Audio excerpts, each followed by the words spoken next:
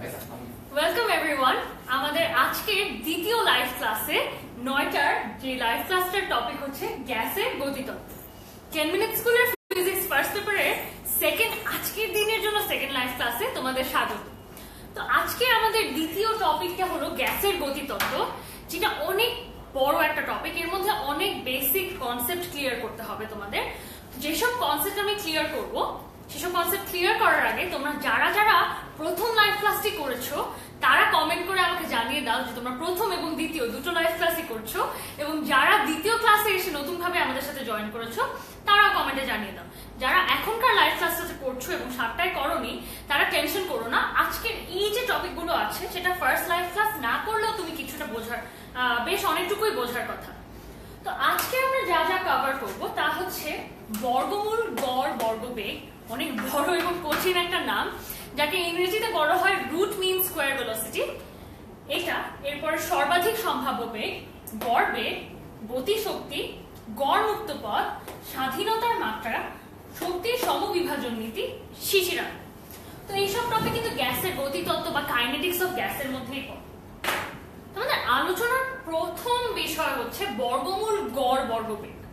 তো এই বর্গমূল, গড়, বর্গবেগ, এই পুরো নামটা এত বড়, বলতে গেলে কিন্তু অনেক সময় গর্গবেগ, বর্গবেগ সব মিলিয়ে যেতে পারে। তো পুরো ক্লাসে এত নাম বড়টা বলতে গেলে কিন্তু আমার ক্লাস শেষ হয়ে যাবে। এটাকে আমি শর্ট ফর্মে চিহ্নিত করার জন্য আমরা একে ডাকবো CRMS। এরকম সাবস্ক্রিপ্ট অবস্থায় RMS মিন করে হচ্ছে রুট মিন স্কোয়ার। এই পুরো জিনিসটা কি মিন করে সেটা বোঝানোর আগে চিন্তা করো, একটা বাক্সে গ্যাস আছে। তো গ্যাসের কিছু অণু আছে, অণুগুলো সর্বক্ষণ কিন্তু ছোটাছুটি করছে, এবং ধরা হয় কি অণুগুলো যে গতিতে আছে তারা সরল রেখা বরাবর ছোটাছুটি করছে। তো এই যে গতিশীল আছে, গতিশীল অণুগুলোর কিন্তু প্রত্যেকটা অণু, ধরো তোমার কাছে n সংখ্যক অণু আছে, তাহলে প্রত্যেকটা অণুর বেগ আছে। ধরে নিলাম সেই বেগগুলোকে আমরা প্রথম অণুর বেগ আমরা C1 দিলাম, দ্বিতীয়টার C2, এভাবে dot dot dot dot CN পর্যন্ত। এই এক একটা অণুর যে বেগ আছে সেই অণুর বেগগুলোকে তুমি যদি বর্গ করো, বর্গ করে এগুলোর গড় করো, অর্থাৎ যেহেতু n সংখ্যক অণু আমাদের কাছে আছে, তাই আমরা বর্গ করে গড় করতে গেলে কিন্তু যোগ করে ভাগ করতে হবে। তো আমরা কি করলাম, প্রথমে এক একটা বেগ বর্গ করলাম, তারপরে এই বর্গ যে করেছি তার আবার গড় বের করলাম। এই গড়ের আবার তুমি যদি বর্গমূল করো তাহলেই তুমি পেয়ে যাবে বর্গমূল, গড়, বর্গবেগ। তো এই বড় ক্যালকুলেশনটি হলো CRMS বা বর্গমূল, গড়, বর্গবেগ বের করার ক্যালকুলেশন। তো এত বড় তোমার পক্ষে তো আসলে সম্ভব না একটা বাক্সে প্রত্যেকটা অণুর বর্গ বেগ কিরকম সেটা বের করা, এত বড় ক্যালকুলেশন করা, কারণ লক্ষ লক্ষ কোটি কোটি অণু থাকে। তাই এটা বের করার জন্য আমাদের কাছে কিছু সহজ ফর্মুলা রয়েছে। সেই ফর্মুলা কিভাবে আসলো সেটা হচ্ছে বেশি ইম্পর্টেন্ট হচ্ছে সেই ফর্মুলা আমরা কিভাবে ব্যবহার করব। অনেক সময় দেখা যায় √3kT/m, আবার অনেক জায়গায় √3RT/m এরকম লেখা। এখন আমার কাছে বেশিরভাগ সময় প্রশ্ন আসে যে আপু কখন কে ব্যবহার করব, কখন আর ব্যবহার করব, বড় হাতের এম, ছোট হাতের এম, কোনটার পার্থক্য। তো আমরা এই পার্থক্যে যাওয়ার আগে আমি দেখে নিতে চাই তোমরা কারা কারা কমেন্টে আমাকে জানিয়েছো কোথা থেকে তোমরা লাইভ ক্লাস জয়েন করছো। আশিক মাহমুদ কমেন্ট করেছে আমার নাম কি জিজ্ঞেস করেছে। আশিক, আমার নাম রাইসা। আরাফাত বলেছো ইংলিশে ক্লাস নিলে আমরা অনেককেই উপকৃত হব। আরাফাত, আমি নিজেও আসলে ইংলিশ ভার্সনেরই ছাত্রী, তো আমি চেষ্টা করবো ইংলিশ টার্মগুলো তোমাদের বলার। যেমন এই বর্গমূল, গড়, বর্গবেগ কিন্তু হচ্ছে root mean square velocity. Minhaj আছে চিটং থেকে, আরিক উত্তরা, নাকিব ফজলে টাঙ্গাইল থেকে, উপমা আমার খুব প্রিয় একটি জুনিয়র, ও আমার ক্লাসটি করছে। আমার কথা আমি আছে, এরকম অনেকেই আছে। আমি দেখতে পাচ্ছি আমরা এখন 640 জনের একটি ক্লাসে প্রেজেন্ট আছি। তো তোমরা যারা যারা এখনো লাইভ ক্লাসটি শেয়ার করোনি, তোমরা সবাই লাইভ ক্লাসটি শেয়ার করে তোমাদের বাকি সব বন্ধুদের জানিয়ে দাও, যাতে তারাও গ্যাসের গতিতত্ত্বে আমাদের ইম্পর্টেন্ট টপিক গুলো আজকে মিস না করে। তোমরা অনেকেই হয়তো জানো যে অনেক গ্রামে গঞ্জে অনেক ছাত্রছাত্রীদেরই উপযুক্ত রিসোর্সের অভাবে তারা ঠিকমতো পড়াশোনা করতে পারে না। তুমি ক্লাসটি শেয়ার করে তাদের কাউকে জানিয়ে দিতে পারো, তাদের উপকার হয়, তাহলে চিন্তা করো আজকে তুমি একটা ভালো কাজ করে ফেলবে। তা আমার ক্লাস বলে আমি শেয়ার করতে বলছি না, তো যারা যারা শেয়ার করোনি তারা এখনই শেয়ার করো। তো আমরা ফিরে আসি আমাদের এই সিআরএমএস বা বর্গমূল গড় বর্গবেগের ক্যালকুলেশন। তো এই সিআরএমএস বের করার প্রথম ফর্মুলা আমরা লিখব √3RT/M। এখানে মাঝখানে একটা কথা বলে রাখা দরকার, সেটা হচ্ছে আজকের এই ক্লাসে না আমাদের অনেক ফর্মুলা লেখা হবে। তোমরা যারা দেখছো আশা করি তোমরা সবাই একটি খাতা কলম হাতে দেখছো, যাতে আমি যে ফর্মুলাগুলো লিখবো এবং তাড়াতাড়ি পড়ানোর জন্য যদি আমি মুছে ফেলি তার আগে যাতে তোমরা এটা খাতায় নোট করে ফেলতে পারো, তাহলে কিন্তু সঠিক ফর্মুলাটা তোমরা পেয়ে যাবে।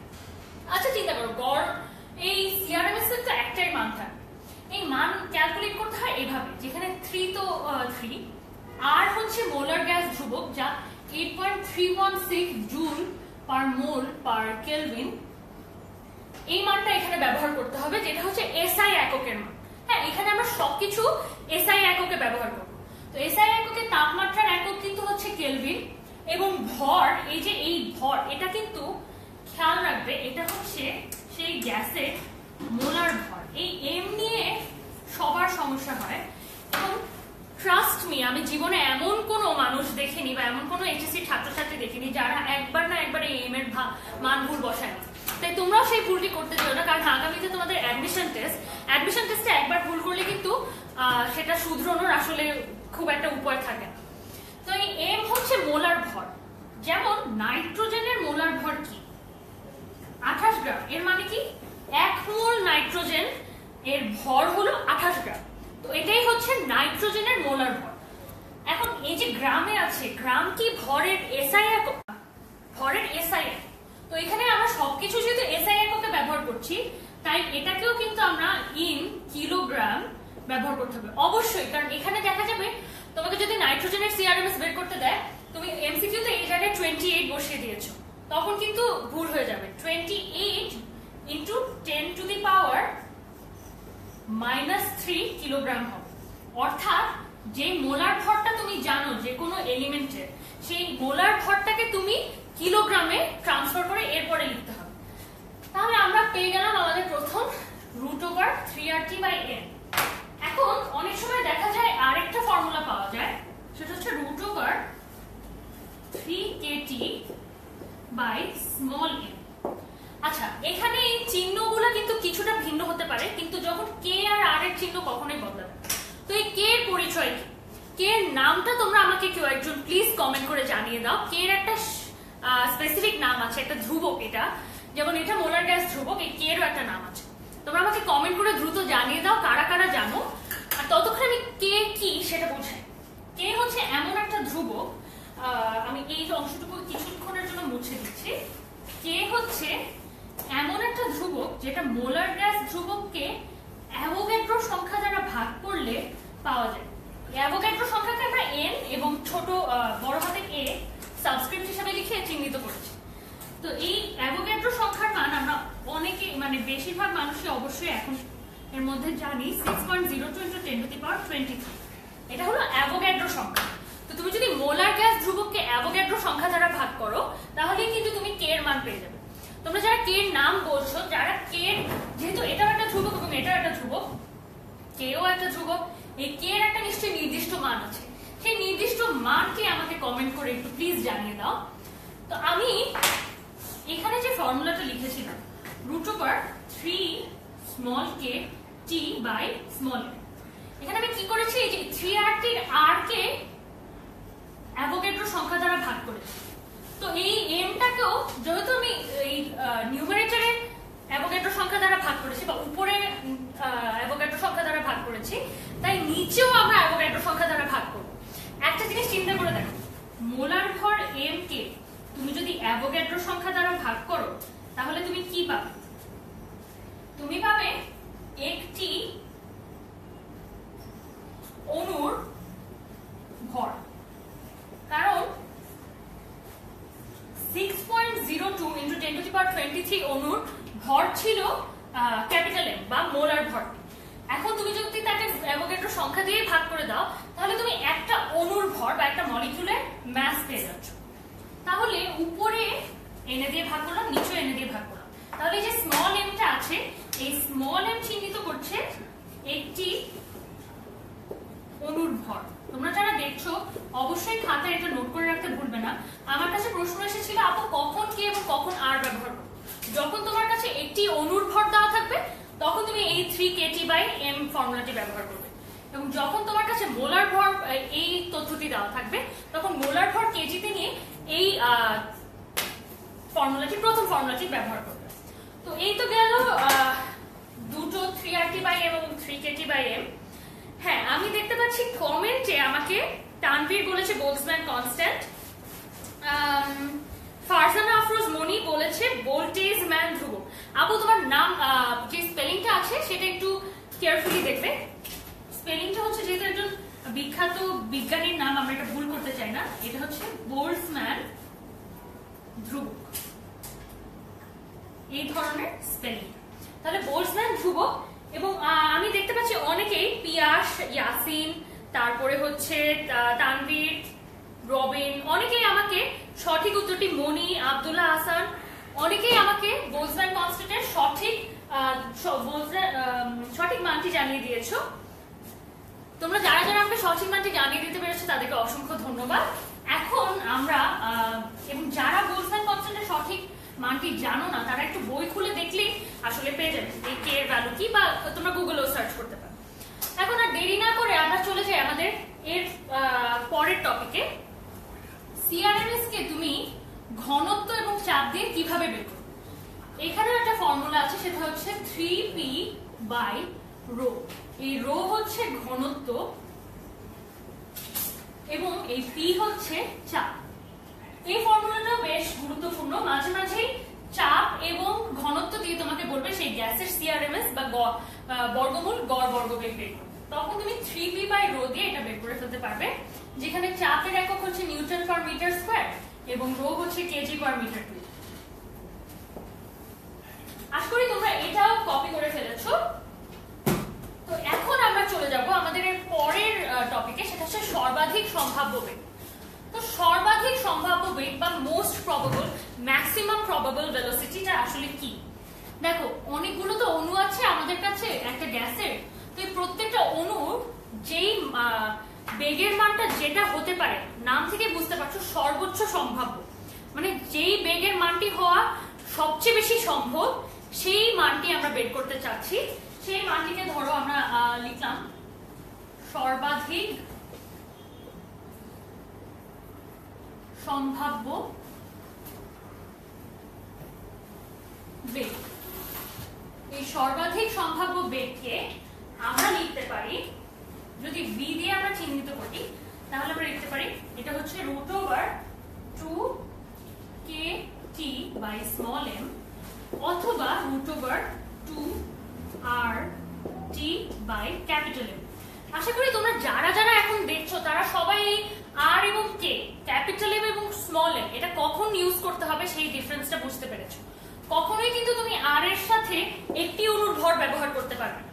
যখন তুমি মোলার গ্যাস ধ্রুবক ব্যবহার করছো তখন তোমার অবশ্যই মোলার ভর ব্যবহার করতে হবে, এবং যখন তুমি বোলসম্যান কনস্ট্যান্ট ব্যবহার করছো, বোলসম্যানের ধ্রুবকটি ব্যবহার করছো, তখন তোমার অবশ্যই একটি অণুর ভর ব্যবহার করতে হবে নিচে। তাহলে এই ছিল আমাদের সর্বাধিক সম্ভাব্য বেগ, মানে যেই বেগের মানটি হওয়া সবচেয়ে বেশি সম্ভব, সবচেয়ে বেশি প্রবাবিলিটি বা সম্ভাব্যতা আছে, সেটাই হলো √2kT/m অথবা 2RT/M। এখন আমরা চলে যাব গড় বেগ। গড় বেগ আমাদের কি বলছে? গড় বেগ হলো, নাম থেকে বুঝতে পারছো, সেই যতগুলো অণু আছে সেই অণুগুলোর প্রত্যেকটা অণুর যে আলাদা আলাদা বেগ আছে সেই বেগগুলোর গড়। তো সেই গড় বেগ তো তুমি আলাদা আলাদা প্রত্যেকটা বেগ আসলে জানো না, তো ওগুলো যোগ করে গড় করা সেটা তোমার পক্ষে সম্ভব। তো আমরা যেটা করি সেটা হচ্ছে আমরা একটা সহজ ফর্মুলা বের করে ফেলেছি। গড় বেগকে আমরা লিখতে পারি √8RT/M অথবা √8kT/m।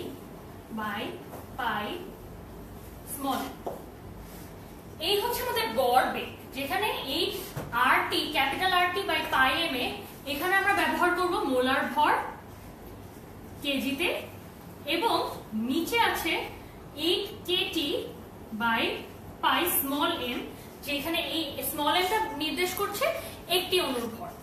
তাহলে একটি অণুর ভর দেওয়া থাক আর মোলার ভর দেওয়া থাক, আমরা সহজেই গড় বেগ ব্যবহার করে গড় বেগের মান বের করে ফেলতে পারবো যে কোনো একটি গ্যাস। তো এই গেল আমাদের প্রথম তিনটা টপিক, অনেক দ্রুতই পড়ে ফেললাম আমরা। এখন আমি দেখতে চাচ্ছি তোমাদের কারো কি আমার কাছে কোনো প্রশ্ন আছে কিনা। আচ্ছা আচ্ছা আচ্ছা, অনেকেই অনেক ধরনের কথাবার্তা লিখছো, কিন্তু কারো কোনো এই টপিক রিলেটেড প্রশ্ন আসেনি। তো যারা যারা এই পর্যায়ে আছো, অনেকক্ষণ আমাদের ক্লাস অলরেডি হয়ে গেছে, আমি আশা করছি তোমরা যারা এখনো শেয়ার করনি তারা লাইভ ক্লাসটি শেয়ার করে ফেলবে। এখন আমরা চলে যাব আমাদের পরবর্তী টপিকে, সেটা হচ্ছে গতিশক্তি। তো গ্যাসের অণুগুলো যেহেতু সবসময় গতিশীল থাকছে যে কোনো স্থানে, তাই তার একটা নির্দিষ্ট গতিশক্তি থাকবে সবসময়। তো এই গতিশক্তি শেখার আগে আমরা একটা খুব গুরুত্বপূর্ণ ফর্মুলা শিখবো, সেটা হচ্ছে PV equal to 1/3 mn CRMS square. আচ্ছা, এখানে PV এর পরিচয় হচ্ছে আমাদের ইউজুয়াল, P হচ্ছে চাপ, V হচ্ছে আয়তন, CRMS তো আমরা পড়লাম বর্গমূল গড় বর্গবেগ, সেটারই যদি CRMS এর যদি তুমি বর্গ করো তাহলে কিন্তু তুমি গড় বর্গবেগটা পেয়ে যাচ্ছ, কারণ যেহেতু সবার বাইরে একটা বর্গমূল ছিল, এটাকে স্কয়ার করে দিলে যে বর্গমূলটা চলে যাবে, তখন তুমি যা পাবা সেটা হচ্ছে গড় বর্গবেগ। তো বাকি যে MRN লেখা আছে সেগুলো এই MRN এর একটা স্পেসিফিক উদ্দেশ্য আছে। এই m গুণ n, এই গুণফলটা এমন থাকতে হবে যে এই পুরো অংশটুকু সেই গ্যাসের মোট ভর নির্দেশ করে। তো মোট ভর নির্দেশ কিভাবে কিভাবে করতে পারে, ধরো m কে আমরা ভর বলছি এবং n কে বলছি সংখ্যা। ভরের এক একক যে কোনো জিনিসের, গ্যাসের অণু হোক বা মোল হোক, প্রথমে ধরো মোলের উদাহরণটা নিয়ে বলি তাহলে তোমাদের বুঝতে সুবিধা হবে। এই m কে আমরা প্রথমে লিখলাম মোলার ভর। যদি m দিয়ে তোমাকে মোলার ভর দেয়া থাকে, অর্থাৎ 1 মোল গ্যাসের ভর দেয়া থাকে, তাহলে 1 মোল গ্যাসের ভর গুণ সেই গ্যাসের মোল সংখ্যা যদি তুমি করো, তাহলে তুমি সেই গ্যাসের মোট ভরটা পেয়ে যাবে। তাহলে যখন তুমি এটা মোলার ভর হিসেবে নিচ্ছ, তখন এটাকে নিতে হবে মোল সংখ্যা। সেই মোল সংখ্যা ভগ্নাংশ হতে পারে বা পূর্ণ সংখ্যা, যে কোনো কিছুই হতে পারে। আচ্ছা, এখন তো গেল মোলার ভর আর মোল সংখ্যা। যদি তোমাকে মোলার ভর না দিয়ে একটি অণুর ভর দেওয়া থাকে, তখন তুমি কি করবে? ধরে নিলাম তোমার কাছে দেওয়া হচ্ছে একটি অণুর ভর। এই একটি অণুর ভর দেয়া থাকলে তোমার এখানে মোল সংখ্যা না বসে একটি অণুর ভরের সাথে তুমি যদি মোল সংখ্যা গুণ করো, তাহলে তো তুমি মোট ভরটা পাচ্ছ না। একটি অণুর ভরের সাথে তোমার গুণ করতে হবে অণুর সংখ্যা। তো এই অণুর সংখ্যা দিয়ে তুমি যখন একটি অণুর ভর মাল্টিপ্লাই করছো, তখন তুমি মোট ভরটা পেয়ে যাচ্ছ। অর্থাৎ তোমাকে যদি মোল সংখ্যা এবং একটি অণুর ভর দিয়ে দেয়, তুমি কখনো এই P গুণ V এর মানটা বের করতে পারবে না। তো PV সমান 1/3 mn CRMS স্কয়ার। এখান থেকে আমরা কি পেলাম, যে আমাদের m গুণ n এই গুণফলটার মান এমন হতে হবে যাতে সেটা গ্যাসের মোট ভর নির্দেশ করে। তাহলে আমরা পেয়ে গেলাম এটা মোলার ভর, মোল সংখ্যা বা একটি অণুর ভর এবং অণুর সংখ্যা দিয়ে বোঝানো যায়। এটা হচ্ছে খুবই গুরুত্বপূর্ণ একটি ফর্মুলা আমাদের। এখন এই ফর্মুলা থেকে আমরা একটা জিনিস বের করব।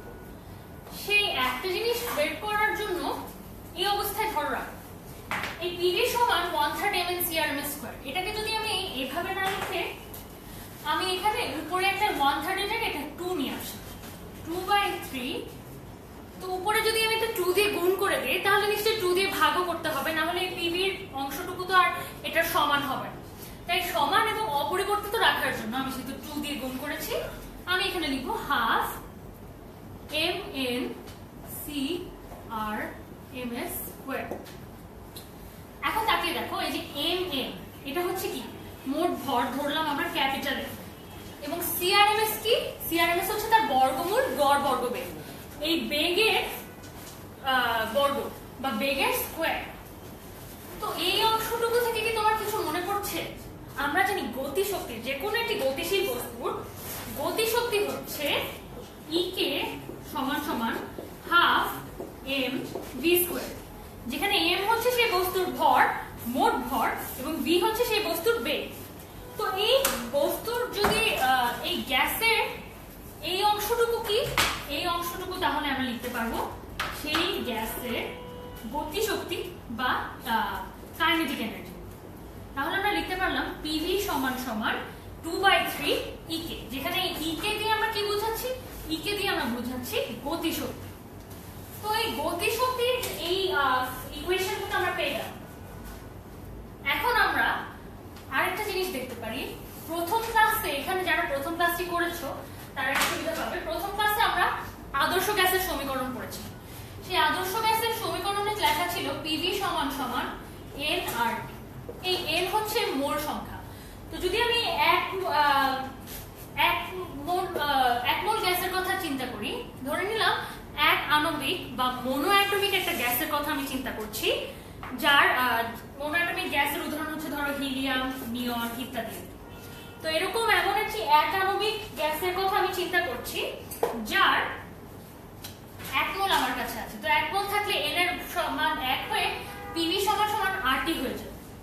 চিন্তা করো PV সমান সমান RT, এই অংশটুকু যদি আমি এখানে বসিয়ে দিই তাহলে আমি কি পাবো? PV সমান সমান RT এখানে বসিয়ে দিলে আমি পাবো RT সমান 2/3 EK। এটা কিন্তু 1 মোল গ্যাসের জন্য, অবশ্যই মাথায় রাখবে। অর্থাৎ EK বা গতিশক্তি হচ্ছে 3/2 RT। এটা কিন্তু খুব ফেমাস একটা গতিশক্তি বের করার ইকুয়েশন বা সমীকরণ। তো এটা তো আমি পেয়ে গেলাম কিসের জন্য? 1 মোল গ্যাসের জন্য। এখন যদি আমি তোমাকে বলি n মোল গ্যাসের জন্য কত হবে? 1 মোল গ্যাসের গতিশক্তি যা হবে, n মোল গ্যাসের গতিশক্তি ঠিক তার n গুণ হবে। অর্থাৎ EK সমান সমান 3/2 nRT। এটাই হচ্ছে একটা গ্যাসের গতিশক্তি বের করার, n মোল গ্যাসের গতিশক্তি বের করার ফর্মুলা বা সমীকরণ। এখন দেখো এই PV এর জায়গায় আমরা RT কেন নিয়ে আসলাম? কারণ R একটা সার্বজনীন ধ্রুবক, এর মান সবসময় সেম থাকে এবং টেম্পারেচার হচ্ছে একটা চলক। এই টেম্পারেচারের মান দেয়া থাকলে তুমি সহজে কিন্তু গতিশক্তি বের করে ফেলতে পারবে। তুমি যদি PV দিয়ে বের করতে চাও তাহলে তোমার চাপের মানও জানা লাগবে, আয়তনের মানও জানা লাগবে। তাই সবসময় বেশি ইউজ করা হয় EK সমান সমান 3/2 nRT এই ফর্মুলা। তো চিন্তা করে দেখো 1 মোল গ্যাসের গতিশক্তি আমরা বলেছি, 1 মোল গ্যাসের গতিশক্তি আমরা বলেছি 3/2 RT, যেখানে n এর মান 1। তো 1 মোল অর্থাৎ কি? 1 মোল হচ্ছে 6.02 × 10⁻23 অণু। এতগুলো অণু আছে, এই এতগুলো অণুর গতিশক্তি হচ্ছে 3/2 RT। তাহলে চিন্তা করো একটি অণুর গতিশক্তি কত হবে? তোমাকে যদি এই গ্যাসের একটি অণুর গতিশক্তি, গড় গতিশক্তি তোমাকে যদি মাপতে বলে, সেই একটি অণুর গতিশক্তি তুমি কিভাবে মাপবে? 3/2 R ভাগ Na। এই পুরো সংখ্যাটা আমি এখানে লিখলাম না, এটাই কিন্তু আমাদের Na বা অ্যাভোগাড্রো সংখ্যা ইনটু T। আমরা এই ক্লাসের শুরুর দিকে শিখেছি এই R/Na অংশটিকে বলা হয় K বা বোলজম্যান কনস্ট্যান্ট। তাহলে আমরা কি লিখতে পারি? 3/2 kT, যেখানে K হচ্ছে আমাদের বোলজম্যান কনস্ট্যান্ট। তাহলে একটি অণুর গতিশক্তি E সমান সমান 3/2 kT। আমরা পেয়ে গেলাম 1 মোল গ্যাসের গতিশক্তি কত, n মোল গ্যাসের গতিশক্তি কত, এবং একটি অণুর গ্যাসের একটি অণুর গতিশক্তি কিভাবে বের করতে পারো। তাহলে তাপমাত্রা জানা থাকলে কিন্তু তুমি একটি অণুর গ্যাসের একটি অণুর গতিশক্তি বের করে ফেলতে পারো। তাহলে এই গেল আমাদের আলোচনা গতিশক্তি নিয়ে। এখন আমরা আলোচনা করব গড় মুক্ত পথ বা মিন ফ্রি পাথ। এই গড় মুক্ত পথ দিয়ে তোমরা আমাকে একজন বলেছিলে আমার পোস্টে যে আপু এটার প্রুফটা দেখালে ভালো হয়। আসলে ভাইয়া থিওরি এখানে এত বেশি যে এই প্রুফটা স্ট্যাটিস্টিক্স ইউজ করে এবং বিভিন্ন দিক থেকে ম্যাক্সওয়েলের প্রুফটা বা ফর্মুলাটা ব্যবহার করে আসতে হয়। তো এত প্রুফ না জানে আমরা জেনে নিই যে গড় মুক্ত পথ প্রথমে জিনিসটা কি বোঝাচ্ছে। চিন্তা করো গ্যাসের অণুগুলো সবসময় কিন্তু ঘোরাঘুরি করছে। তো ধরো এই অণুটা A বিন্দুতে ছিল, এই অণুটা B বিন্দুতে ছিল।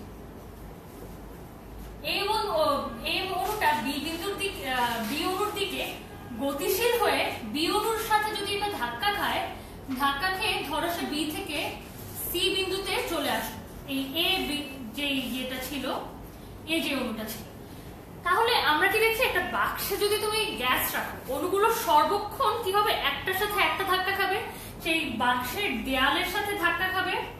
তাহলে এই যে ধাক্কাগুলো খাচ্ছে, এই প্রত্যেকটা সংঘর্ষের মধ্যে যে পথটা আছে, যেমন এ বি হচ্ছে একটা মুক্ত পথ, বিসি হচ্ছে একটা মুক্ত পথ, এই প্রত্যেকটি সংঘর্ষের মাঝে যে দূরত্বটা ছিল, প্রত্যেকটি সংঘর্ষের মাঝে দূরত্বের গড়টাকে আমরা গড় মুক্ত পথ বা মিন ফ্রি পাথ বলে চিহ্নিত করছি। এই মিন ফ্রি পাথ আমাদেরকে অণুর প্রত্যেকটা, যে কোনো অণুর যে সংঘর্ষগুলো হয়, প্রত্যেকটা অণুর যে সংঘর্ষ হচ্ছে, সেই সংঘর্ষে যে মুক্ত পথগুলো ছিল, সেই সংঘর্ষের মধ্যে দূরত্বের গড়টাকেই গড় মুক্ত পথ বলা হচ্ছে। তো এই গড় মুক্ত পথ বের করার জন্য তোমার প্রত্যেকটা সংঘর্ষের মাঝে দূরত্ব মাপতে হবে, তার গড় নিতে হবে। এত কষ্ট করার আগে এটা বের করার খুব সহজ কয়েকটা ফর্মুলা আছে। যদি ধরে নিলাম যতগুলো অণু আছে তাদের ধাক্কার সংখ্যা m হয় এবং প্রত্যেকটা ধাক্কার, এই যে ধাক্কার সংখ্যাগুলো m এবং এই সংঘর্ষগুলো বা সংঘর্ষের মাঝে দূরত্ব হলো l, তাহলে এই মিন ফ্রি পাথ বা গড় মুক্ত পথ ল্যামডা হবে l ভাগ m। এটা হলো একদম বেসিক একটা ফর্মুলা। এই ফর্মুলার চেয়েও সহজে আরেকটা ফর্মুলা বা আরো একটা ফর্মুলা আমাদেরকে দিয়েছিলেন বিজ্ঞানী ক্লসিয়াস এবং ম্যাক্সওয়েল, দুটো ভিন্ন ভিন্ন ফর্মুলা দিয়েছেন। ক্লসিয়াসের কথা অনুযায়ী গড় মুক্ত পথকে যদি আমরা ল্যামডা দিয়ে চিহ্নিত করি, সেই ল্যামডা হবে 1/n পাই সিগমা স্কয়ার। এখানে কিসের পরিচয় কি? এখানে এই যে সিগমা দেখছো, এই সিগমা হচ্ছে ব্যাস। একটা জিনিস খেয়াল রাখবে, ব্যাসার্ধকে সাধারণত আমরা r দিয়ে চিহ্নিত করি। এই ফর্মুলায় সিগমাকে আমরা ব্যাস হিসেবে চিহ্নিত করছি, ব্যাসার্ধ নয়। আমরা সবসময় কিন্তু যে কোনো গোলাকার বস্তুর ব্যাসার্ধ বা রেডিয়াস নিয়ে অভ্যস্ত, কিন্তু এখানে এই সিগমা বলতে সেই গ্যাসের অণুর ব্যাস বোঝাচ্ছে বা অ্যাক্টিভ ডায়ামিটার, যেই গ্যাসের অণুর মধ্যে যেই ব্যাসটা রয়েছে সেই ব্যাসের মানটা হচ্ছে ব্যাসটাই হচ্ছে সিগমা। এর যে এনটা আছে, এই এনটা হচ্ছে একক আয়তনে অণুর সংখ্যা।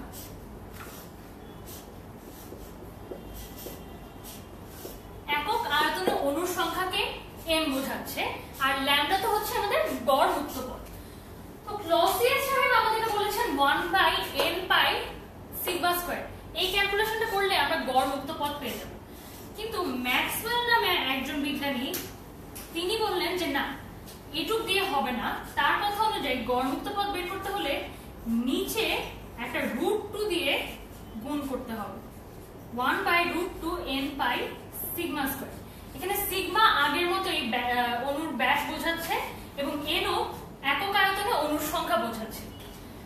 ম্যাক্সওয়েল তার এই সমীকরণটি ক্লসিয়াস দেওয়ার পরেই দিয়েছেন বিভিন্ন ক্যালকুলেশন করে। এবং তোমাকে যদি একটা অঙ্কে বের করতে বলে যে গড় মুক্ত পথ, তোমাকে এন সিগমার মান দেওয়া হলো, তোমাকে বলো গড় মুক্ত পথ বের করো, তখন কিন্তু তুমি অবশ্যই ম্যাক্সওয়েলেরটা ব্যবহার করবে, তুমি ক্লসিয়াসেরটা ব্যবহার করবে না। কারণ ক্লসিয়াস মেইন বা বেসিক সমীকরণটা দিলেও ম্যাক্সওয়েল বিভিন্ন পরিসংখ্যান ব্যবহার করে বিভিন্ন ক্যালকুলেশন করে দেখেছেন যে এই ফর্মুলাটাই কিন্তু সঠিক।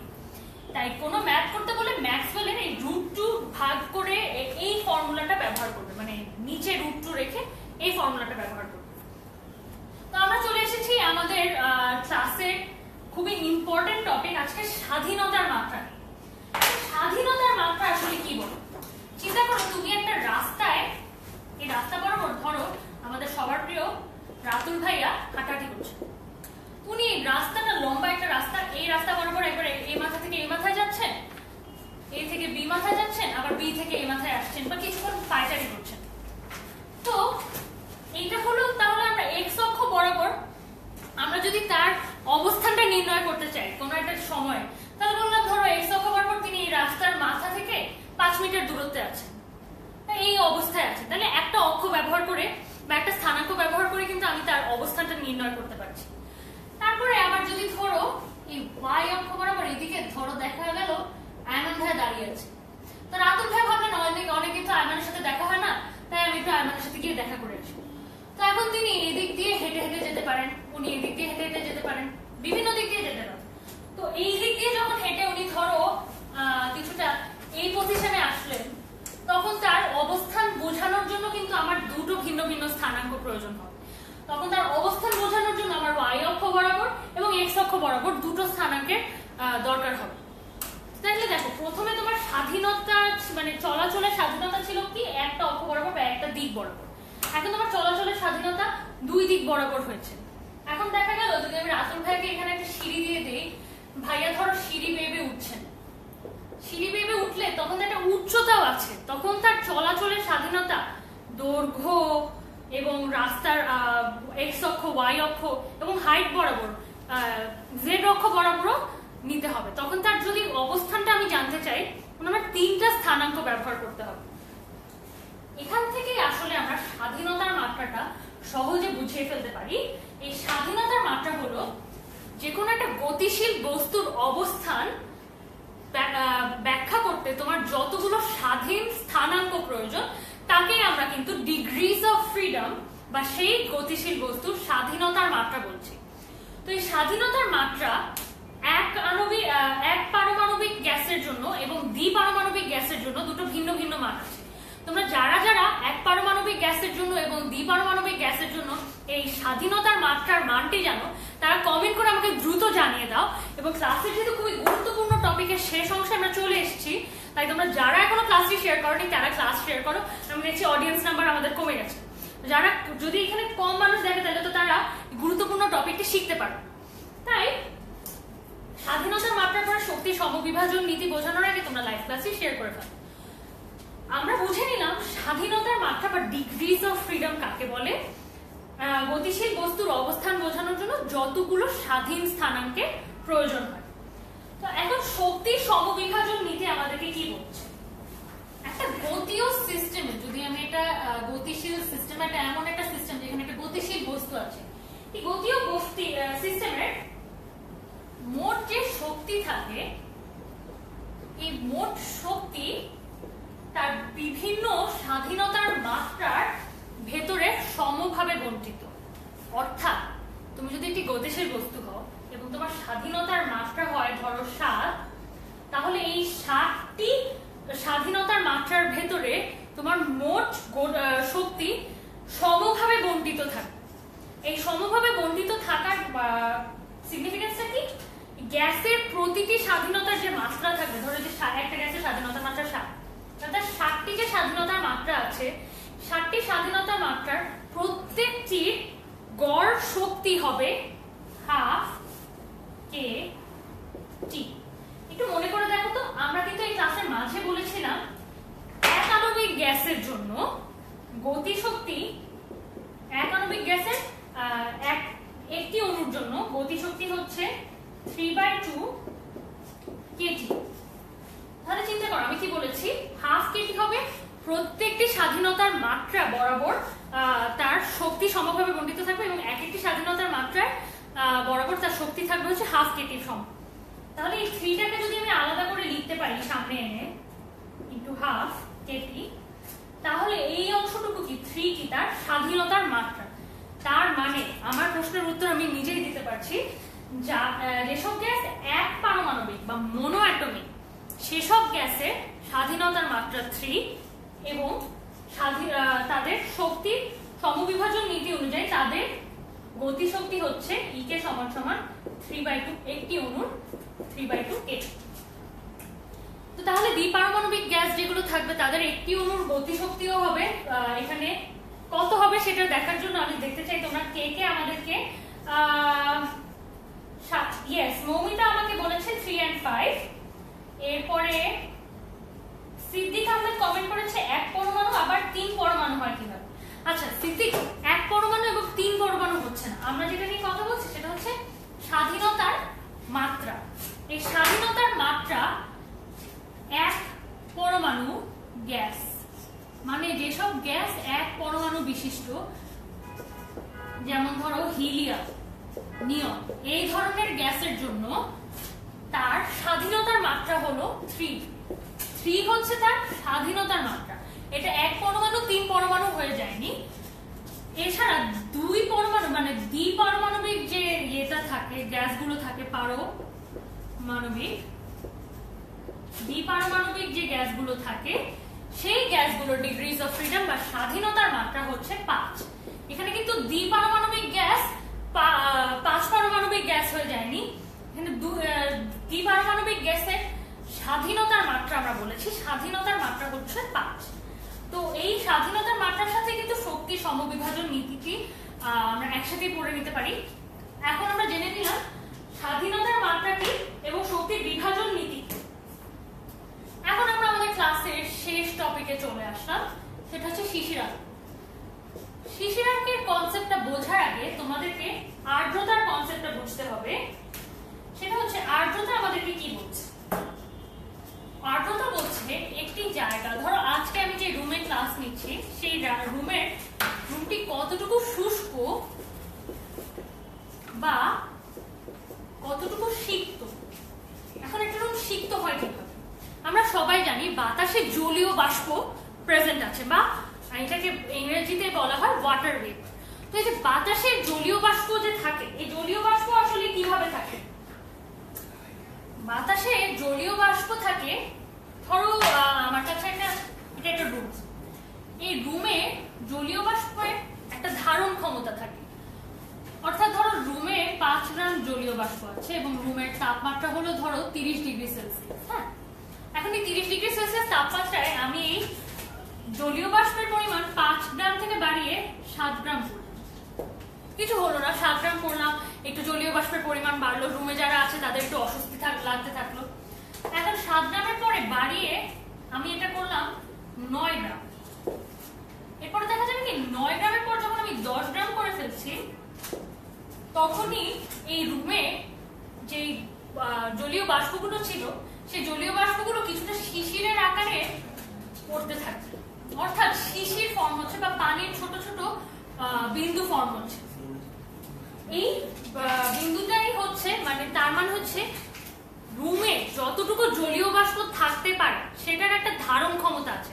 প্রত্যেকটা জায়গার যে কোনো একটা স্পেসিফিক আয়তনে, নির্দিষ্ট তাপমাত্রায়, নির্দিষ্ট আয়তনে একটা নির্দিষ্ট পরিমাণ জলীয় বাষ্পের ধারণ ক্ষমতা থাকতে পারে, ধারণ ক্ষমতা আছে। এই পরিমাণ থেকে, নির্দিষ্ট পরিমাণ থেকে যে জলীয় বাষ্প বেড়ে যাবে তখনই প্রিসিপিটেশন বা যে শিশির পড়তে থাকবে। এই শিশির পড়তে থাকলে কিন্তু তখন হচ্ছে তার মানে কি শিশির পড়ছে মানে কি, তার মানে সেই রুমের যে ধারণ ক্ষমতা ছিল সেই ধারণ ক্ষমতা এক্সিড করে গেছে। এখন ধারণ ক্ষমতা নিয়ে কিছু কথা আছে। একটা রুমের ধরো 30 ডিগ্রি সেলসিয়াসে যত জলীয় বাষ্পের ধারণ ক্ষমতা যত বেশি থাকবে সেটা কিন্তু 32 ডিগ্রি সেলসিয়াসে একই থাকবে। 32 ডিগ্রি সেলসিয়াস হলে হবে কি তার ধারণ ক্ষমতা কিছুটা বৃদ্ধি পাবে। অর্থাৎ ধারণ ক্ষমতা তুমি যত বাড়াবে, অর্থাৎ তুমি তাপমাত্রা যত বাড়াবে ধারণ ক্ষমতাও তত বৃদ্ধি পাবে। তাপমাত্রা বৃদ্ধির সাথে সাথে সেই যে কোনো জায়গার জলীয় বাষ্পের ধারণ ক্ষমতা বৃদ্ধি পায়। তো এই যে তাপমাত্রা বৃদ্ধির সাথে জলীয় বাষ্পের ধারণ ক্ষমতা বৃদ্ধি পায়, তার মানে উল্টোটাও সত্যি। তাপমাত্রা যদি তুমি কমিয়ে আনো তাহলে জলীয় বাষ্পের ধারণ ক্ষমতা, ওই জায়গায় জলীয় বাষ্পের ধারণ ক্ষমতাও কমে আসবে। তো এই কমে আসলে এই কনসেপ্ট ব্যবহার করে কিন্তু আমরা শিশিরাঙ্কটা শিখে ফেলতে পারি। ধরে নিলাম 30 ডিগ্রি সেলসিয়াস একটা রুমের তাপমাত্রা, এই তাপমাত্রায় রুমে 7 গ্রাম জলীয় বাষ্প রয়েছে। এখন এই 30 ডিগ্রি সেলসিয়াস তাপমাত্রায় 7 গ্রাম জলীয় বাষ্প রয়েছে। একটা রুমে যখন এই রুমের ধরো ধারণ ক্ষমতা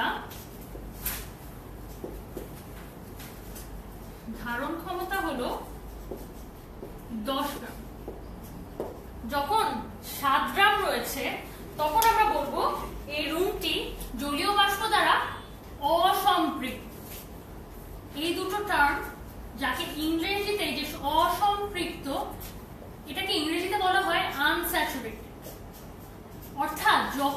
যতটুকু জলীয় বাষ্প প্রয়োজন এই পুরো রুমটা যতটুকু লিমিট পর্যন্ত জলীয় বাষ্প থাকতে পারবে তার চেয়ে কম আছে, ধারণ ক্ষমতার চেয়ে কম জলীয় বাষ্প একটা রুমে আছে, তখন আমরা বলবো সেই রুমটি অসম্পৃক্ত। আর যখন এখানে 10 গ্রাম জলীয় বাষ্প প্রেজেন্ট হয়ে যাবে, ধরো এখান থেকে বেড়ে এটা 7 গ্রাম ছিল, এখান থেকে বেড়ে এটা 10 গ্রাম হয়ে গেল, তখনই আমরা বলতে পারবো যে রুমটি সম্পৃক্ত জলীয় বাষ্প দ্বারা বা স্যাচুরেটেড। অসম্পৃক্ত পরিমাণ যখন জলীয় বাষ্প অসম্পৃক্ত হয়ে থাকে যখন জলীয় বাষ্প দ্বারা একটা রুম, তখন সেই জলীয় বাষ্প যতটুকু আছে, যেমন এখানে 7 গ্রাম ছিল, এই জলীয় বাষ্প সেই এলাকা বা সেই জায়গায় যতটুকু চাপ প্রয়োগ করে তাকে আমরা সেই জলীয় বাষ্পের তাকে আমরা বলি অসম্পৃক্ত সেই জলীয় বাষ্পের চাপ। তাহলে তাকে আমরা বলি জলীয় বাষ্পের অসম্পৃক্ত চাপ। আর যদি 10 গ্রাম থাকে যে তখন সম্পৃক্ত হয়ে যাচ্ছে, এই 10 গ্রাম সেই রুমের উপর যতটুকু চাপ প্রয়োগ করে সেই চাপকে আমরা বলি সেই রুমের 30 ডিগ্রি সেলসিয়াস তাপমাত্রা তার সম্পৃক্ত চাপ, সম্পৃক্ত বাষ্প চাপ। তাহলে আমরা জেনে নিলাম সম্পৃক্ততা বা অসম্পৃক্ততা কি। এখন চলে আসো আমাদের নেক্সট টপিকে, সেটা হচ্ছে রুম 25 ডিগ্রি সেলসিয়াস। এখানে আছে ধরো 6 গ্রাম জলীয় বাষ্প। এখানে 6 গ্রাম জলীয় বাষ্প, কিন্তু তার ধারণ ক্ষমতা হলো এই 25 ডিগ্রি সেলসিয়াসে তার ধারণ ক্ষমতা হলো 12 গ্রাম। তো এখন আমি করব কি, এটাকে আমি সম্পৃক্ত করতে চাই। আমি কি করব, আমরা জানি তাপমাত্রা বাড়ালে যে কোনো জায়গার বা জলীয় বাষ্পের ধারণ ক্ষমতা বাড়ে এবং তাপমাত্রা কমালে ধারণ ক্ষমতা কমতে থাকে। তাই আমি এখানে 25 ডিগ্রির জায়গায় আমি কমিয়ে এটা 23 ডিগ্রি সেলসিয়াস করব। এখানে তো 6 গ্রাম জলীয় বাষ্পই আছে, তারপরে কমিয়ে আমি আরো 20 ডিগ্রি সেলসিয়াস করব। 20 ডিগ্রি সেলসিয়াসে এসে একটা মজার জিনিস হলো, 20 ডিগ্রি সেলসিয়াসে এসে এই যে জায়গাটা ছিল সেটা সম্পৃক্ত হয়ে গেল বা স্যাচুরেটেড হয়ে গেল। এখান থেকে আমরা শিশিরাঙ্কের ডেফিনিশনটা দিতে পারি, অর্থাৎ যেই তাপমাত্রায় বাতাসে যতটুকু জলীয় বাষ্প ছিল সেই জলীয় বাষ্প দ্বারা জায়গাটি যদি সম্পৃক্ত হয়ে যায় যেই তাপমাত্রায়, সেই তাপমাত্রাটাকে শিশিরাঙ্ক বলে। অর্থাৎ এখানে আমাদের যে 20 ডিগ্রি সেলসিয়াস তাপমাত্রা ছিল সেটাই হচ্ছে আমাদের শিশিরাঙ্ক। কেন? কারণ বাতাসে যতটুকু, এই যে 6 গ্রাম জলীয় বাষ্প আমাদের কাছে ছিল, বাতাসে যতটুকু জলীয় বাষ্প ছিল সেই জলীয় বাষ্পের পরিমাণ দিয়ে 25 ডিগ্রি সেলসিয়াসে সেটা অসম্পৃক্ত ছিল, কিন্তু আমি চাই এতটুকু পরিমাণ দিয়ে আমি রুমটাকে সম্পৃক্ত করে ফেলবো। তো সেই সম্পৃক্ত করার জন্য নামিয়ে আমি তাপমাত্রা যততে পৌঁছালাম, অর্থাৎ 20 ডিগ্রি সেলসিয়াসে পৌঁছালাম, এই 20 ডিগ্রি সেলসিয়াসে 6 গ্রাম জলীয় বাষ্প দিয়েই রুমটি সম্পৃক্ত হয়ে যাচ্ছে। তাই 20 ডিগ্রি সেলসিয়াসই হচ্ছে আমাদের শিশিরাঙ্ক। এই শিশিরাঙ্ককে ইংরেজিতে বলা হয় ডিউ পয়েন্ট। তো ডিউ পয়েন্ট আমরা শিখে ফেললাম একটা যে কোনো গ্যাসের জন্য। এখন আমরা যেটা শিখতে যাব সেটা হচ্ছে আপেক্ষিক আর্দ্রতা বা রিলেটিভ হিউমিডিটি, যাকে আর দিয়ে চিহ্নিত করা হয়। আচ্ছা, চিন্তা করে দেখো একটা রুমে আপেক্ষিক আর্দ্রতা, আপেক্ষিক আর্দ্রতার বোঝানোর আগে আমি একটু কমেন্ট করে নিতে চাই তোমাদের, কে আমাকে কোনো প্রশ্ন করেছো কিনা। সাজিন, আচ্ছা সাজিন বলছে তুমি আমার মেসেজ রিকোয়েস্ট দেখো না কেন। আচ্ছা ভাই, আসলে ওই ইনবক্সটা অনেকদিন চেক করা হয়নি, আমি চেষ্টা করবো আজকে বাসায় গিয়ে সময় পেলে আমি তোমার মেসেজ রিকোয়েস্ট চেক করার। আচ্ছা, অনেকেই জিজ্ঞেস করছে ক্লাস আছে কিনা। আমাদের ক্লাস শেষে আগামী ক্লাসগুলোর রুটিন তোমরা পেয়ে যাবে পেজে।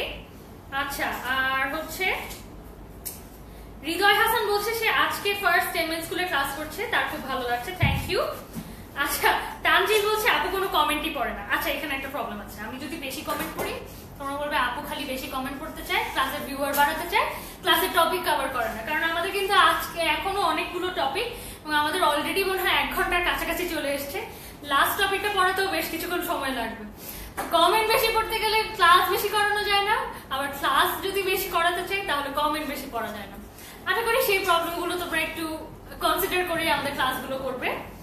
আচ্ছা, এখন আমরা শিশিরাঙ্ক পড়েছি, অনেক কিছুই পড়েছি, আমাদের শেষ কথা হচ্ছে আপেক্ষিক আর্দ্রতা। একটা বাক্সের ধারণ ক্ষমতা হলো 10 গ্রাম। এই বাক্সে 10 গ্রাম জলীয় বাষ্প এতে থাকতে পারে। বাক্সে আছে 8 গ্রাম জলীয় বাষ্প। এখন আমি যদি তোমাকে প্রশ্ন করি যতটুকু এই বাক্সের ধারণ ক্ষমতা তার কত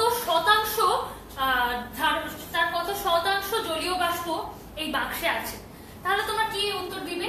তোমরা বলবে 8 গ্রাম, অর্থাৎ যা আছে এখন জলীয় বাষ্প, এবং ধারণ ক্ষমতা হচ্ছে 10, 8/10 গুণ 100%, অর্থাৎ 80%। এটা হচ্ছে যতটুকু সেই বাক্সের ধারণ ক্ষমতা জলীয় বাষ্পের, সেই ধারণ ক্ষমতার কত শতাংশ সেই বক্সে এখন উপস্থিত আছে তার পার্সেন্টেজ। তো 80% আছে এখন। তো এইখান থেকে কিন্তু আমরা আপেক্ষিক আর্দ্রতা, এটাই হচ্ছে এই যে 80%, এটাই হচ্ছে সেই বক্সের আপেক্ষিক আর্দ্রতা, অর্থাৎ যতটুকু ক্ষমতা ছিল সেই বক্সের জলীয় বাষ্প রাখার, তার 80% সেই বক্সে উপস্থিত আছে। এই আপেক্ষিক আর্দ্রতাকে আমরা আর দিয়ে চিহ্নিত করি, এবং এই আর কে আরো একটা ফর্মুলা ব্যবহার করে বের করা যায়, সেটা হচ্ছে স্মল এফ ভাগ ক্যাপিটাল এফ গুণ 100%। এখানে স্মল এফ এবং ক্যাপিটাল এফ এর পরিচয়টা প্রথমে নিয়ে নেওয়া খুবই গুরুত্বপূর্ণ। স্মল এফ এর পরিচয় হলো শিশিরাঙ্কের, আমরা একটু আগে যে শিশিরাঙ্ক পড়ে আসলাম বা ডিউ পয়েন্ট পড়ে আসলাম, সেই শিশিরাঙ্কের তাপমাত্রায়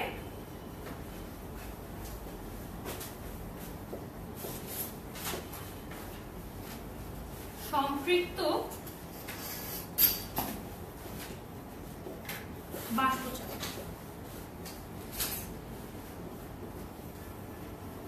অর্থাৎ শিশিরাঙ্কের তাপমাত্রা, যেমন একটু আগের উদাহরণে আমরা কি দেখেছিলাম যে 6 গ্রাম জলীয় বাষ্প দিয়ে 20 ডিগ্রি সেলসিয়াস হলো সেই পুরো জায়গাটার শিশিরাঙ্ক, অর্থাৎ 20 ডিগ্রি সেলসিয়াসে নেমে 6 গ্রাম জলীয় বাষ্প দিয়ে সেই জায়গাটা সম্পৃক্ত হয়ে যাচ্ছে। এই যে সম্পৃক্ত হয়ে যাচ্ছে, এই সম্পৃক্ত হওয়ার যে জলীয় বাষ্পগুলো ছিল যে 6 গ্রাম, এই 6 গ্রাম কতটুকু চাপ দিয়েছে সেই জায়গার উপর, সেটাই হচ্ছে শিশিরাঙ্কের তাপমাত্রায় সম্পৃক্ত বাষ্পচাপ। তাহলে আমাদের স্মল এফ চিহ্নিত করছে শিশিরাঙ্কের তাপমাত্রায় সম্পৃক্ত বাষ্পচাপ। ধরে নিলাম একটা জায়গার, আমি তোমাকে বললাম শিশিরাঙ্ক হলো 14.5, এটা হলো সেই জায়গাটা শিশিরাঙ্কের মান 14.5 ডিগ্রি সেলসিয়াস। এখন এই 14.5 ডিগ্রি সেলসিয়াসে এই তাপমাত্রায় সম্পৃক্ত বাষ্পচাপের মান তুমি কোথায় পাবে? সেটা তুমি পাবে বইয়ের রেনল্ড তালিকা বলে একটা তালিকা আছে। সেই রেনল্ড তালিকায় তুমি গেলে দেখবে বিভিন্ন তাপমাত্রায় সম্পৃক্ত বাষ্পচাপের মান দেওয়া আছে। এখন ঝামেলাটা কি, রেনল্ড তালিকায় কিন্তু দেওয়া থাকে পূর্ণ সংখ্যা, যেমন 12 degree Celsius, 13 degree Celsius, 14 degree Celsius, 15 degree Celsius. তো দেখা যাবে 15 ডিগ্রি সেলসিয়াসের জন্য রেনল্ড তালিকায় একটা সম্পৃক্ত বাষ্পচাপের মান দেওয়া আছে, এবং 15 ডিগ্রি সেলসিয়াসের জন্য একটা দেওয়া আছে। তোমার লাগবে 14.5 ডিগ্রি সেলসিয়াস বা 14.5 ডিগ্রি সেলসিয়াসের জন্য। তখন তুমি কি করবে, এই যে 14 ডিগ্রি সেলসিয়াস এবং 15 ডিগ্রি সেলসিয়াস এই দুটোর জন্য যে সম্পৃক্ত বাষ্পচাপের মান দেওয়া আছে তার গড় করে নেবে। তার গড় করে নিলে তুমি 14.5 ডিগ্রি সেলসিয়াসে সেই জায়গার সম্পৃক্ত বাষ্পচাপ পেয়ে যাবে, ঠিক আছে? তো তাহলে এই গেল আমাদের স্মল এফ এর পরিচয়। এখন ক্যাপিটাল এফ এর পরিচয়। ক্যাপিটাল এফ এর পরিচয় শিশিরাঙ্কের তাপমাত্রার জায়গায় খালি পরিবর্তনটা হবে বায়ুর তাপমাত্রায়। অর্থাৎ আমরা শিশিরাঙ্ক শেখার সময় যে উদাহরণটি ব্যবহার করেছিলাম, সেখানে যেমন বায়ুর তাপমাত্রা ছিল 25 ডিগ্রি সেলসিয়াস, ওই 25 ডিগ্রি সেলসিয়াস তাপমাত্রায় যতটুকু জলীয় বাষ্প ছিল, সেই জলীয় বাষ্প দিয়ে ওই জায়গাটিকে সম্পৃক্ত করার জন্য তাপমাত্রা নামাতে হবে 20 ডিগ্রি সেলসিয়াস, যেটা ছিল আমাদের শিশিরাঙ্ক। আর এই শিশিরাঙ্কের তাপমাত্রা সম্পৃক্ত বাষ্পচাপ আমরা স্মল এফ নিয়েছিলাম। ক্যাপিটাল এফ এখন আমরা নিচ্ছি বায়ুর তাপমাত্রায় সম্পৃক্ত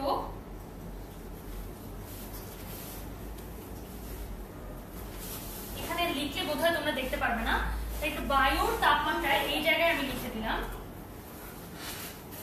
সম্পৃক্ত বাষ্পচাপ, বায়ুর তাপমাত্রার সম্পৃক্ত বাষ্পচাপ, এটাই হলো আমাদের ক্যাপিটাল এফ এর পরিচয়। অর্থাৎ শিশিরাঙ্কের তাপমাত্রা তুমি যদি জানো, মানে যে কোনো একটা জায়গার ডিউ পয়েন্ট কত সেটা যদি তুমি জানো, এবং সেই দিনের তাপমাত্রা তুমি যদি জানো, ওই তাপমাত্রা দুটো, শিশিরাঙ্ক এবং দিনের তাপমাত্রা, ওই দিনের ওই জায়গার তাপমাত্রা, ওই তাপমাত্রায় সম্পৃক্ত বাষ্পচাপের মানটা বা স্যাচুরেটেড ভেপার প্রেসারের মানটা যদি তুমি জানো, তাহলে তুমি সহজেই কিন্তু আপেক্ষিক আর্দ্রতা বের করে ফেলতে পারবে। ধরে নি এটার জন্য তোমার রেনল্ড তালিকাটা দেখার প্রয়োজন হবে, কিন্তু ভয় পেও না, রেনল্ড তালিকা আসলে মুখস্থ করার কিছু নেই। এই পয়েন্টে এসে দেখা যাবে তোমাদের যদি 14.5 ডিগ্রি সেলসিয়াসে সম্পৃক্ত বাষ্পচাপের মান বের করতে বলছে, তাহলে তোমাকে 14 এবং 5 এই দুই তাপমাত্রায় সম্পৃক্ত বাষ্পচাপের বা স্যাচুরেটেড ভেপার প্রেসারের মানটা রেনল্ড তালিকা থেকে প্রশ্নেই দিয়ে দেওয়া থাকবে। তাই কেউ এটা কিন্তু মুখস্থ করতে দেওয়া। তো ধরে নিলাম একটা জায়গার শিশিরাঙ্কের তাপমাত্রায় বাষ্পচাপ, সম্পৃক্ত বাষ্পচাপের মান হলো 20 এবং সেই জায়গার বায়ুর তাপমাত্রায় সম্পৃক্ত বাষ্পচাপের মান হলো 40। তাহলে এটাকে 20/40 ইন্টু 100% করে ফেললে, অর্থাৎ 50% হবে সেই জায়গার আপেক্ষিক আর্দ্রতা। অর্থাৎ যতটুকু ধারণ ক্ষমতা সেই জায়গার, তার 50% জলীয় বাষ্প সেখানে উপস্থিত আছে। তাহলে এই ছিল আমাদের আজকের আলোচনার বিষয়, আপেক্ষিক আর্দ্রতা এবং শিশিরাঙ্ক নিয়ে ম্যাথ তোমরা আমাকে করাতে বলেছো, কিন্তু আজকে আসলে অলরেডি 1 ঘন্টা হয়ে যায়, আমাদের সময়ের স্বল্পতার কারণে বড় অঙ্কটি সেভাবে দেখানো গেল না, কিন্তু কোনো টেনশনের কারণে সেটা অলরেডি ভিডিও করা আছে। আমাদের যারা এখন লাইভ ক্লাসে আমাদের টিমের মানুষ ব্যাকআপ দিচ্ছে, তারা কিন্তু কমেন্টে তোমাদেরকে সেই লিঙ্কটি দিয়ে দিবে। ওই লিঙ্কে গেলে তোমরা শিশিরাঙ্কের অঙ্ক সমাধান কিভাবে করতে হবে, একটা জায়গায় শিশিরাঙ্ক কিভাবে বের করতে হবে বা আপেক্ষিক আর্দ্রতা কিভাবে বের করতে হবে সেটা সহজেই পেয়ে যাবে। তুমি নিজেও কিন্তু খুঁজে আসতে পারো www.10minuteschool.com বা আমাদের আগের লাইভ ক্লাসগুলো, যেখানে আমাদের সবার প্রিয় রাতুল ভাইয়া ক্লাস নিয়েছেন। সেই রাতুল ভাইয়া কিন্তু আমাদের দেখিয়ে দিয়েছেন আপেক্ষিক আর্দ্রতা এবং শিশিরাঙ্ক কিভাবে ব্যবহার করতে হয়। সেখানে আমি দেখেছি তোমরা অনেকে থিওরি গুলা, এই গড় মুক্ত পথ, স্বাধীনতার মাত্রা, এই থিওরি গুলো জানতে চেয়েছিলে, যেগুলো বিভিন্ন মাল্টিপল চয়েস কোয়েশ্চেন অ্যান্সার করার জন্য থিওরির কনসেপ্ট গুলো লাগে। তাই আমরা আজকে চেষ্টা করেছি থিওরির কনসেপ্ট যা যা এখানে লেখা ছিল সবগুলোই কভার করতে। আশা করি তোমাদের সবার অনেক ভালো একটা ক্লাস তোমরা এনজয় করতে পেরেছো। আচ্ছা, এখানে আমরা আল ইমরান বলছো আর একটু সময় নিয়ে ম্যাথ করাতে, মানে প্রথম ক্লাসে কিন্তু দুটো খুব গুরুত্বপূর্ণ ম্যাথ ছিল, তুমি চাইলে ওগুলো চেক করে ফেলতে পারো। এবং শিশিরাঙ্কে আমি যে প্রসেস গুলো বললাম বা যে ফর্মুলা গুলো বললাম, সেটা তুমি একটা পদ্ধতি ফলো করলেই কিন্তু তুমি ম্যাথ গুলো সলভ করে ফেলতে পারবে। আমার কথা আমি বলেছো প্রশ্ন ব্যাংকে ম্যাথের অনেক প্রশ্ন দেওয়া আছে, এখান থেকে থিওরি বুঝে পরে ম্যাথ করলেই হয়। হ্যাঁ, আসলে ম্যাথ আমরাও প্র্যাকটিস করাবো, কিন্তু আজকে এতগুলো টপিক পড়ানোর জন্য ম্যাথ আসলে ঠিক মতো করানো গেল না। আশা করছি আগামী যে ক্লাসটা নিয়ে আসবো সেখানে শুধুমাত্র ম্যাথ ফার্স্ট পেপারে নিয়ে অনেকগুলো ক্লাস করানো যাবে, যেখানে তোমরা শুধু ম্যাথ গুলো করা শিখবে। প্রথমে থিওরিটা পড়ে নিলে ভালো হয়। আচ্ছা, মাইশা মালিকা রহমান বলছে তাকে একটু পাত্তা দিতে। মাইশা, তোমাকে একটু পাত্তা দেওয়া হলো। এই বলে আমি আজকের একটা ক্লাস দেরি করবো না। তোমরা সবাই ওয়েবসাইটে গিয়ে স্মার্ট বুক গুলো, ইন্টারঅ্যাক্টিভ ভিডিও গুলো এবং আমাদের ভিডিও লাইব্রেরি দেখতে ভুলবে না। আশা করি সবাই ভালো থাকবে। Good night and stay blessed, never stop learning.